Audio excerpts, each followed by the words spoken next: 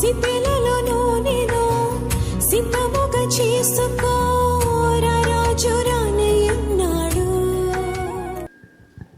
పనులన్నీ ఆదివారమే, చుట్టాలందరూ ఆదివారమే రావటమే. ప్రియులరా, ఆపత్కాలములో నమ్ముకొండని సహాయకుడు. నీవు ఎలాంటి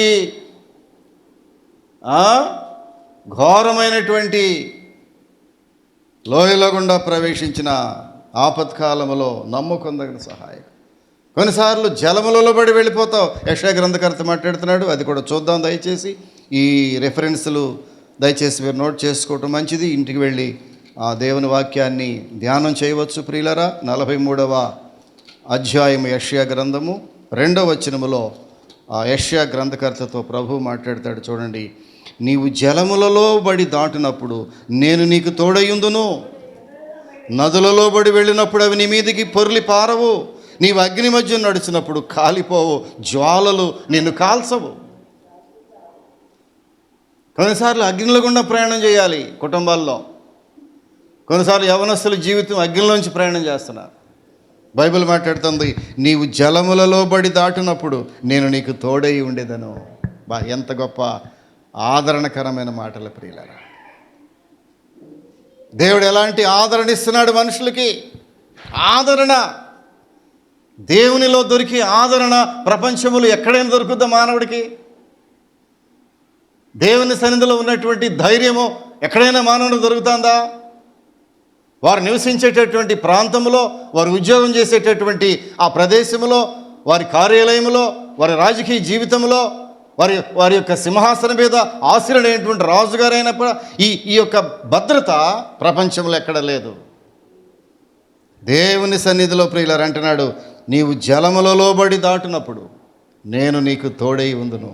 ఒకవేళ నదుల్లో బడి వెళుతున్నావా, అక్కడ అంటున్నాడు, అవి నీ మీదకి ఎన్నడూ పొర్లి పారవు.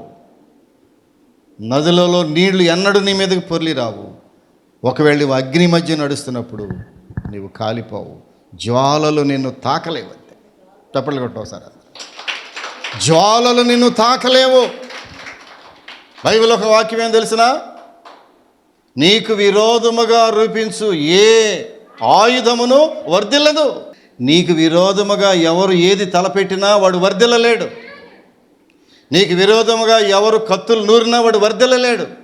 నీకు విరోధముగా ఏది మాట్లాడినా వాడు వర్ధిల్లలేడు. కారణం ఏంటంటే నీవు దేవుని బిడ్డవు. నీవు జలములలో బడి దాటినప్పుడు అవి నీ మీద పొర్లి పారవు. ఎలాంటి మాట మాట్లాడతాడు? గాఢాంధకారపు లోయలో నేను సంచరించినను ఏ అపాయమునకు నేను భయపడను. లోయలు ఉన్నాయి, లోయలు రావని బైబిల్ చెప్పడం లేదు ప్రియులరా. గాఢాంధకారములో దేవుడు మనకు వెలుగై ఉన్నాడు. చప్పట్లు కొట్టవు సార్ అందరూ. గాఢాంధకారం, ఒకవేళ నీ కుటుంబంలో అంధకారంలోంచి వెళుతున్నావా, చీకట్లో నుంచి, కండ్లు కనబడిన పరిస్థితిలోంచి, ఏమి కనబడిన పరిస్థితి, గాఢాంధకారం అనగా రేపేమి జరుగుద్దో చీకటి, మనకు తెలియదు. మానవుడు భయం గుప్పిట్లో బ్రతుకుతున్నాడు సగటు మానవుడి దినాల్లో.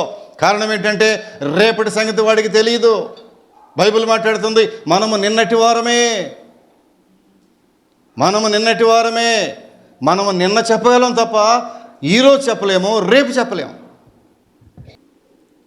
ప్రియులారా, రేపు ఏమి జరుగునో తెలియదు నీకు. నీ కుటుంబము, నీ జీవితము, నీ జీవిత విధానం ఏ పాటిది, నీవు ఇంతలో కనబడి అంతలో మాయమైపోయే ఆవిరి లాంటి జీవితం, నీటి బుడగ లాంటి జీవితాలు. ఎంత మనుషుడు విర్రవీగిపోతున్నాడు. జేబులో 100 రూపాయలు ఉంటే విర్రవీగిపోవటమే. 10,000 కనబడి అంటే విర్రవీగిపోవటమే. ఒక ఇల్లు కడితే విర్రవీగిపోవటమే. ఒక ఉద్యోగం సంపాదిస్తే విర్రవీగిపోవటమే. ఒక కారు దేవుడిస్తే విర్రవీగిపోవటమే. మనిషి నీ జీవితము ఏ పాటిది సహోదరుడా, గమనించాలి దయచేసి. రేపేమి అదే అన్నాడు, గాఢాంధకారపు లోయనగా రేపేమి సంభవించనో తెలియనటువంటి అనిశ్చితమైన స్థితిలో ఉన్నావు నీవు. ఈ స్థితిని గమనించినప్పుడు జాగ్రత్తగా ఉంటావు నీవు. ప్రభువా, నేను వట్టివాడినయ్యా, I'm empty, I'm helpless, I'm alone. నేను వట్టివాడను ప్రభువా. ఎప్పుడైనా ఊహించావా? నేను వట్టివాడను, నాకు ఇంత ఉంది, ఎంత ఉంది? దావీదు భక్తుడు మాట్లాడతాడు, ప్రభువా నాకు ఏమైనా ఉన్నదంటే అది నీవిచ్చిందే, నాకేమైనా ఉన్నదంటే అది నీవిచ్చిందే ప్రభువా, నీవివ్వకుండా నాకు ఎక్కడి నుంచి వస్తుందయ్యా? నేను సంపాదించటానికి, నేను ఇదంతా కూడబెట్టడానికి నా జీవితం ఏ పాటిది, నా శక్తి ఏ పాటిది? నీవిచ్చిన శక్తి ఇది. ఏ రోజుకు ఆ రోజే దేవుడు నీకు ఆరోగ్యం ఇస్తున్నప్పుడు నువ్వు సంపాదించుకోగలుగుతున్నావు. కొంతమంది అనుకుంటారు 4 చేతులు సంపాదిస్తున్నానండి.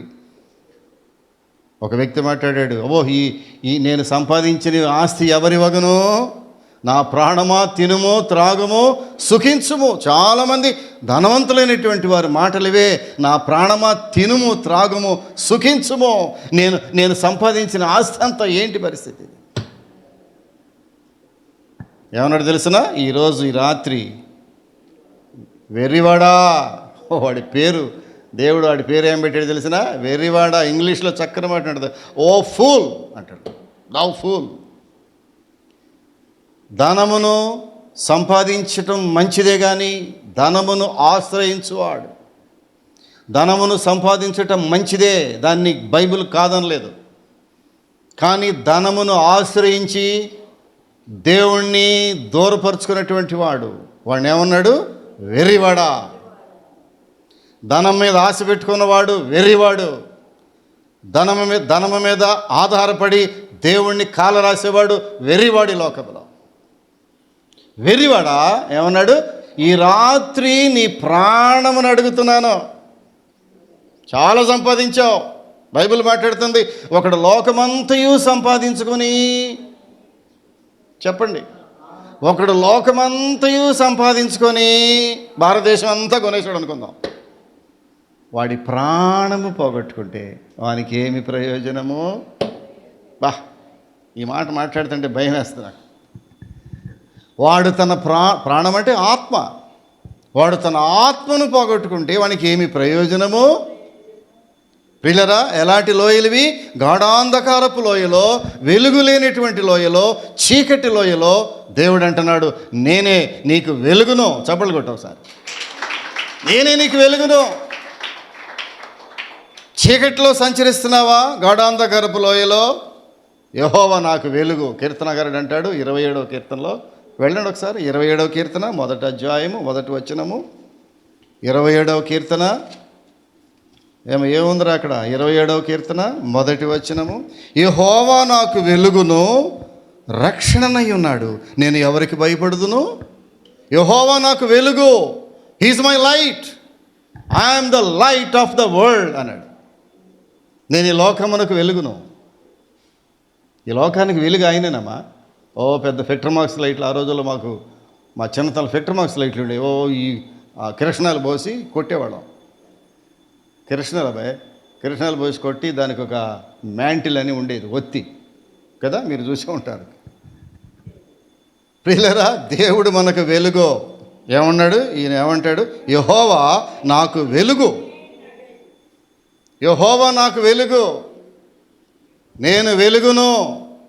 అంతటా వెలుగు కమ్మని పలకగా వెలుగు కలిగెను. ఆది కాండములో ఉంది. అంతటా వెలుగు కలమని పలకగా వెలుగు కలిగెను. ఆయనే వెలుగు, ఆయనే దీపము, ఆయనే మన ఆత్మ. నరులలో యెహోవా పెట్టు దీపం ఏంటంటే అది ఆత్మ. గాఢాంధకారపు లోయలో వెళుతున్నావా? దేవుడే నీకు వెలుగు, ఆయన నీకు వెలుగుగా ఉన్నాడు. చీకటిని విధ్వంసం చేసే ఒక చిన్నది, ఒక దీపం అంతే. భయంకరమైన చీకటి గదిలోకి వెళ్ళినప్పుడు ఒక చిన్న టార్చ్ లైట్ వేస్తే చీకటంతా పటాపంచలైపోతుంది. కళ్ళు పొడుచుకున్న కనబడినటువంటి చీకటి ఒక చిన్న ఏముంటుందని దీపం వెలిగించు చాలు. ఏమవుద్దా ఆ చీకటిలో?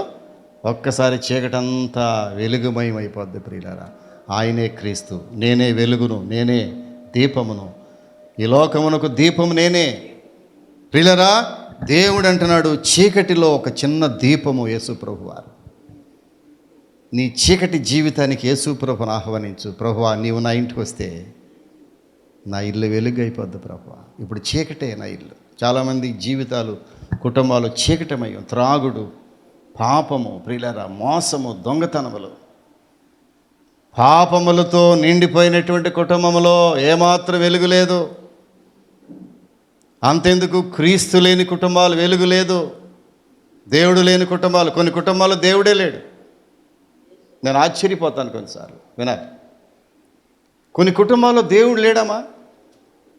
దేవుడు లేని కుటుంబాలు చీకటి, దేవుని సన్నిధి లేని కుటుంబాలు చీకటిలో గుడ్డివాడు తడుముకుంటున్నట్టుగా కొంతమంది జీవితాలు ఆ ఇంటిలో తడుముకుంటున్నారు. అయ్యో కనబట్టలేదండి మాకేమీ, అసలు ఏమీ కనబట్టలేదండి, కళ్ళు మూతపడిపోయినాయి మాకు. కారణం ఏంటంటే నీ కుటుంబంలో వెలుగు లేదు. ఎవరు వెలుగు? నేనే వెలుగును అన్నాడు యేసుప్రభు. నేనే వెలుగును, ఐఎమ్ ద లైట్.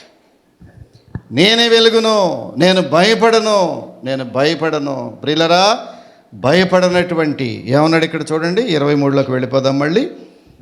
గాఢాంధకారపు లోయలో నేను సంచరించినను ఏ అపాయమునకునో భయపడను. దేవుడు మనకేమిచ్చాడంటే భయపడని ఆత్మనిచ్చాడు. కొంత ఊరికి భయపడిపోతారు కదా, ఊరికే అలా నీడను చూసి భయపడతారు కొంతమంది. ప్రియులరా, యేసులో భయం లేదు. గాఢాంధకారపు లోయలో నేను సంచరించినను ఏ అపాయమునకును నేను భయపడను. ఇది విశ్వాసం. దావీదు భక్తుడు ఏమన్నాడు? నేను భయపడను, దేవుడు నాకు తోడుగా ఉన్నాడు. ఎంత గట్టి నమ్మకం ఆయనకి. ప్రియులరా, ప్రార్థన చేయలేదు. ఏమని? ప్రభువా, ఈ గాఢాంధకార లోయలో ఉన్నానయ్యా, నీవు నాకు తోడుగా ఉండయ్యా అనలేదు. ఇక్కడ వాక్యం చదవాలి. ఒకవేళ సంచరించినా నేను మాత్రం భయపడను. ఎందుకనంటే నీవు నాకు తోడై ఉందువు. ఈ నమ్మకం నీకుందా? 20 సంవత్సరాల నుంచి గుడికి వస్తున్నావు. ఉండమ్మా, 20 సంవత్సరాల నుంచి గుడికి వస్తున్నావు. ఈ నమ్మకం నీకుందా? ఈ చీకటిలో నా దేవుడు నాకు తోడుగా ఉన్నాడు అంతే. ఇది ఒక విశ్వాస జీవితం. విశ్వాసములో దృఢ నిశ్చయత. దేవుడు నాకున్నాడు. ఈ కష్టాల్లో దేవుడు నాకున్నాడు. ఈ అప్పుల భారములో దేవుడు నాకున్నాడు. నీ అప్పుల కంటే మించినవాడు దేవుడు. నీ గాఢాంధకారము కంటే మించినవాడు నీ దేవుడు. నీ రోగము కంటే మించినవాడు నీ దేవుడు. నీ కన్నీటి కంటే మించినవాడు నీ దేవుడు. కొంతమందికి అసలు విశ్వాసమే ఉండదండి, నమ్మకమే ఉండదు దేవుడి మీద. ఏదో వస్తున్నా వెళ్ళిపోతున్నావు అంతే. అలవాటు చొప్పున నేను చర్చికి వస్తానేంటండి, పాస్టర్ గారు పరిచయం అయ్యి పద్దాక రోజు చంపుతున్నాడు మెసేజ్లు పెట్టి. మాకేం పని అయ్యా మీకు మెసేజ్లు పెట్టాకి కదా. నేను అసలు అలాగే నేను అలా చేయను అసలు. లేదా ఊరికే జస్ట్ ఒక గుర్తు చేస్తాను అంతే. I remember it. నాకేం పని నేను బతులడి చర్చిలోకి రమ్మని పెట్టాకి. అది నీ బాధ్యత. చర్చికి రావటము నీ బాధ్యత. దేవుని మందిరానికి రావటము నీ బాధ్యత. దేవుని సన్నిధిలో గడపటము నీ బాధ్యత. దేవుని అవసరత అది నీ బిడ్డల కొరకు నీ బాధ్యత అది. దేవుడు మాట్లాడుతున్నాడు ప్రియులరా, నేను భయపడను. దావీదు మాట్లాడుతున్నాడు, నేను భయపడను. చెప్పగలుగుతున్నావా నీవు?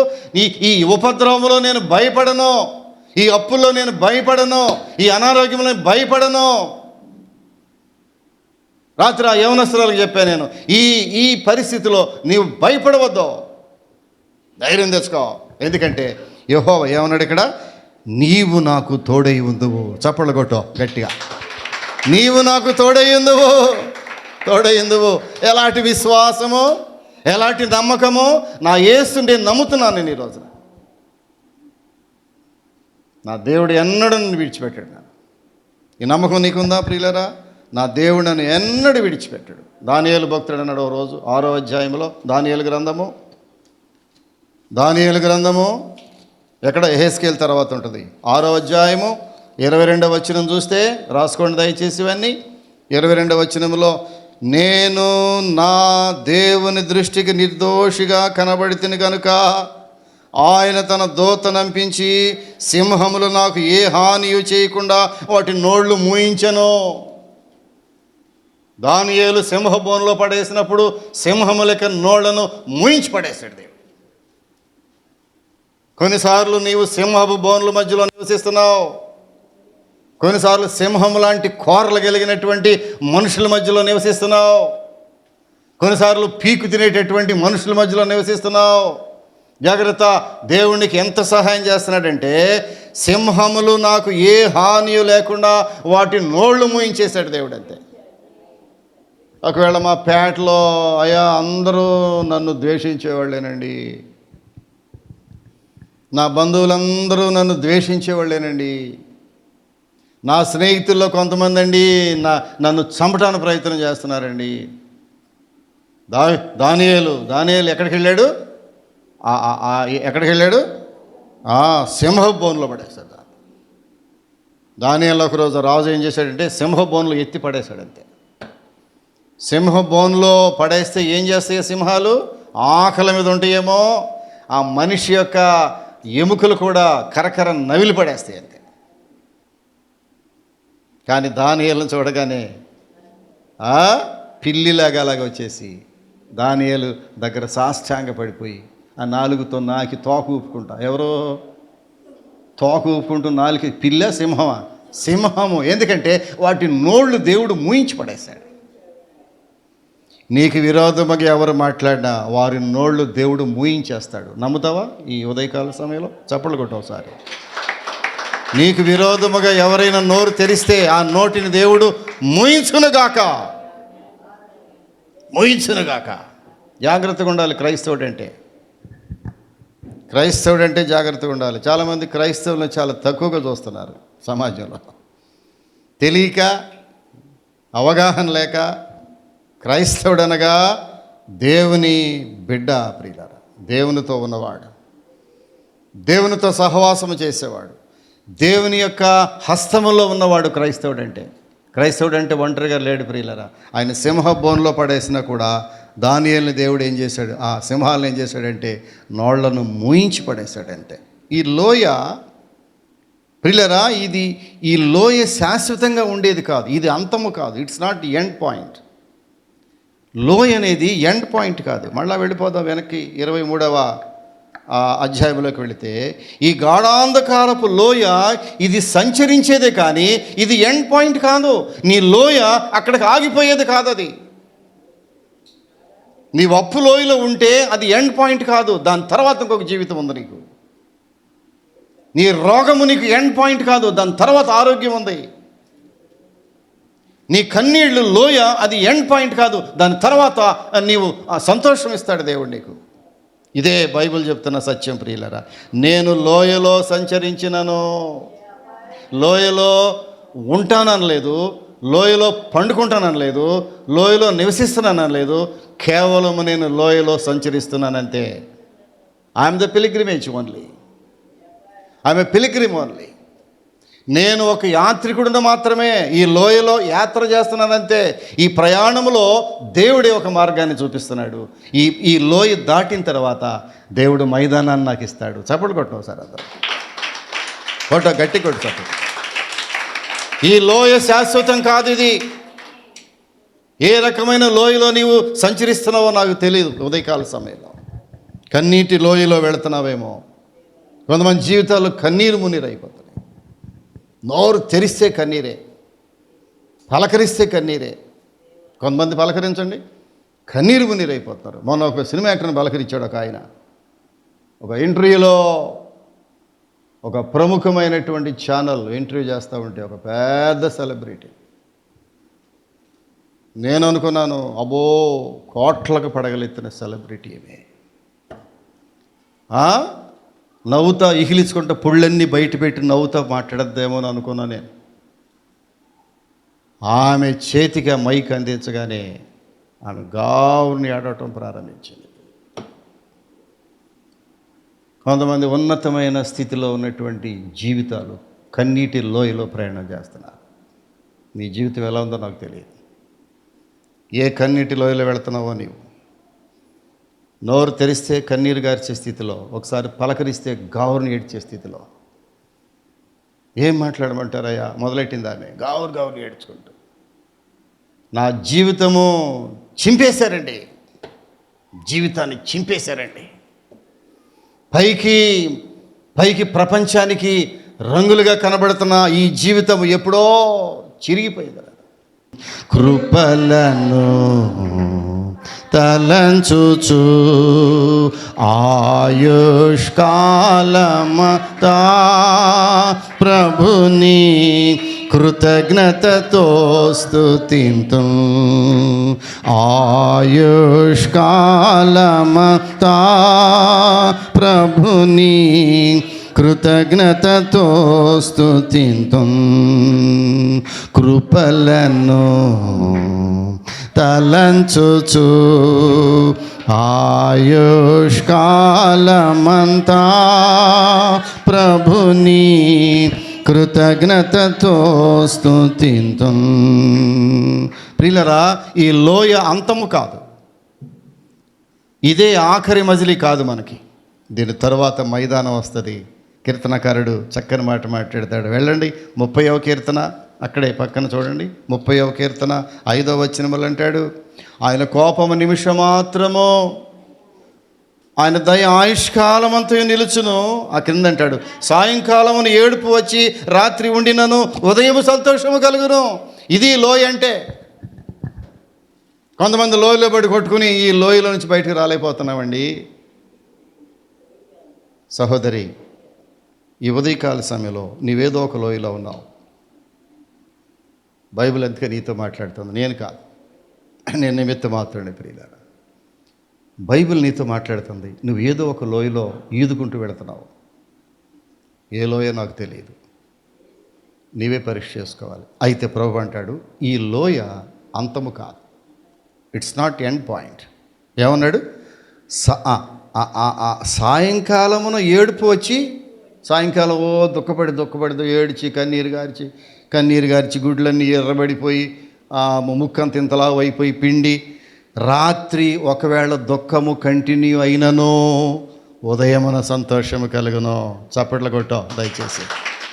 రాత్రంతా నీవు దుఃఖములు మునిగిపోయినా దేవుడు ఉదయానికల్లా నీకు సంతోషమైన హృదయాన్ని ఇవ్వగలడు. అందుకంటాడు, ఆయన కోపము నిమిషం మాత్రమే. దేవుడు కూడా కోపం వస్తుంది అప్పుడప్పుడు. మన దేవుడికి కూడా అప్పుడప్పుడు కోపం వస్తుందమ్మా. కానీ మన కోపంలా కాదు. కొంతమంది కోపం వస్తే రోజుల తరబడి, గంటల తరబడి, రోజుల తరబడి, నెలల తరబడి, సంవత్సరాల తరబడి ఈ మనిషి మాట్లాడు. ఆ ఇంటి మీద ఆ ఇంటి మీద కాకి ఈ ఇంటి మీద చెప్పు, ఆ ఇంటి మీద ఈ కాకి ఇంటి మీద ఏమ్మా మరి ఆమె మాట్లాడుతుందా? అసలు వారికి మాకు మాటలు లేవయ్య గారు. ఈ మధ్యతో మొదలెట్టారు క్రిస్టియన్స్ కూడా, వారికి మాకు మాటలు లేవయ్య గారు. మరి బైబిల్ ఎందుకు తీసి బయటపడేసి, వారికి మాకు మాటలు లేవయ్య గారు, మరి ఎందుకు రొట్టె తీసుకుంటున్నావు నీవు? ప్రియులరా, నీవు అర్పణ అర్పించినప్పుడు నీకు నీ మీద ఎవరికైనా నీ మీద కాదు, ఎవరి మీదైనా నీకు కాదు, నీ మీద ఎవరికైనాను, నీవు ఎవరి మీదో కోపం కాదు, ఎవరికో నీ మీద కోపం ఉంటే ఎవరిని వెళ్ళమన్నాడు? నీవే వెళ్ళి. బైబిల్ ఎంత సత్యమైంది ప్రియులారా, బైబిల్ ఎంత సత్యమైంది. నీవే వెళ్ళి మొదట అర్పణ అక్కడ పెట్టి, మొదట వెళ్ళి నువ్వు సమాధాన పడిరా, అప్పుడు రొట్టె తీసుకో. కొంతమంది రొట్టె తీసుకుంటానే మరి ఎంత ఒకవేళ దూషిస్తున్నారేమో కొంతమంది, నాకు తెలియదు. జాగ్రత్త, దేవుని యొక్క కోపము నిమిషం మాత్రమే, కానీ ఆయన దయ ఉందే ఆయుష్కాలం ఉంటుంది. మళ్ళా చప్పట్లు కొట్టవు సార్, అందరూ చప్పట్లు కొట్ట. దేవుని కోపము నిమిషమే. ఆ నిమిషము కోపమే ప్రపంచము తట్టుకోలేదు ప్రియులారా. దేవునికి మన మీద ఉన్న నిమిషమాత్రము కోపము మనము తట్టుకోలేము. ఆ నిమిషముల కోపంలోనే ఏం జరుగుతుందో తెలియదు మనకి. అందుకే దేవునికి ఎప్పుడు కోపం రానివ్వడు ప్రియులారా. ఎంత సహిస్తున్నాడు దేవుడు నేను చూసి. ఆయన సహనము, ఆయన దీర్ఘశాంతమును నీవు తృణీకరించుదువా? బైబిల్ మాట్లాడుతుంది. ఆయన దీర్ఘశాంతమును, ఆయన కోపము, ఆయన సహనమును నీవు తృణీకరించుదువా? ఆయన పిచ్చోళ్ళ కనపడుతున్నాడు నీకు. ఆయన దీర్ఘశాంతము పిచ్చితనంగా, వెరితనంగా కనపడుతుందా? మా దేవుడు దీర్ఘశాంతం అండి, నేను ఏ పాపం చేసినా సహిస్తాడండి, నేను ఏది చేసినా క్షమిస్తాడండి అనుకుంటున్నావా? ఆయన కోపము నిమిషం మాత్రమే. ఆ నిమిషము కోపములోనే జీవితములు తారుమారైపోతాయి. ఆ నిమిషము కోపములో ప్రపంచములు తారుమారైపోతాయి. ఎంత శక్తివంతమైన దేవుడు! ఆల్మైటీ గాడ్, సర్వశక్తి కలిగినటువంటి దేవుడు, మామూలు దేవుడా? సర్వశక్తి కలిగినది. ఆయన నోటితో లోకములను సృష్టించినటువంటి గొప్ప సృష్టికర్త. మన దేవుడు అంటే ఎవరు అనుకుంటున్నాం? సృష్టికర్త. నిన్ను మంటిలో నుంచి సృష్టించినవాడు. ఒక మంటి ముద్దను తీసుకొని తన రూపములో, ఎవరి రూపంలో? సినిమా యాక్టర్ రూపంలోనా? కాదా, దేవుని రూపములో నిన్ను చేశాడు. అది గుర్తుపెట్టుకోవాలి. నీ రూపము దేవునిది. నీ ముక్కు, నీ వచ్చేసి ఇదంతా ఎవరిది అనుకుంటున్నావు? మా తాతలు అంటానండి. అది కాదు. మీ తాతలంటే ముక్కే కానీ ఇది, అది ఎవరిది? దేవుని రూపము నీది ప్రియులరా. నీలో ఉన్న ఊపిరి నరునిలో జీవాత్మ ఏమన్నాడు ఆయన చెప్పండి. ఆయన ఊపిరిని ఊదగా నరుడు జీవాత్మ ఆయను. ఆయనకి ఊపిరి నీలో ఊదాడు. ఈ ఊపిరి ఎవరిది? మీ అమ్మగారిదా? కాదయ్యా, ఈ ఊపిరి దేవుంది. ఈ శ్వాస నిశ్వాసలు ఎవరివి? దేవుని ఊపిరి నీలో ఊదాడు. ఈ ఊపిరి ఎవరు తీసుకోవాలి? మళ్ళీ ఆయనే తీసుకోవాలి. ఈ ఊపిరి ఎవరిది? ఆయనదే. ఆయన ఊపిరి ఆయనే తీసుకోవాలి. నీవే పెట్టేవు ప్రభువా, నీవే తీసుకుంటావు అంతే. మన్నైనది తిరిగి మంటికి చేరును. ఆత్మదాన దయచేసిన దేవుని యొద్దకు జాగ్రత్తగా గుర్తుపెట్టుకోవాలి.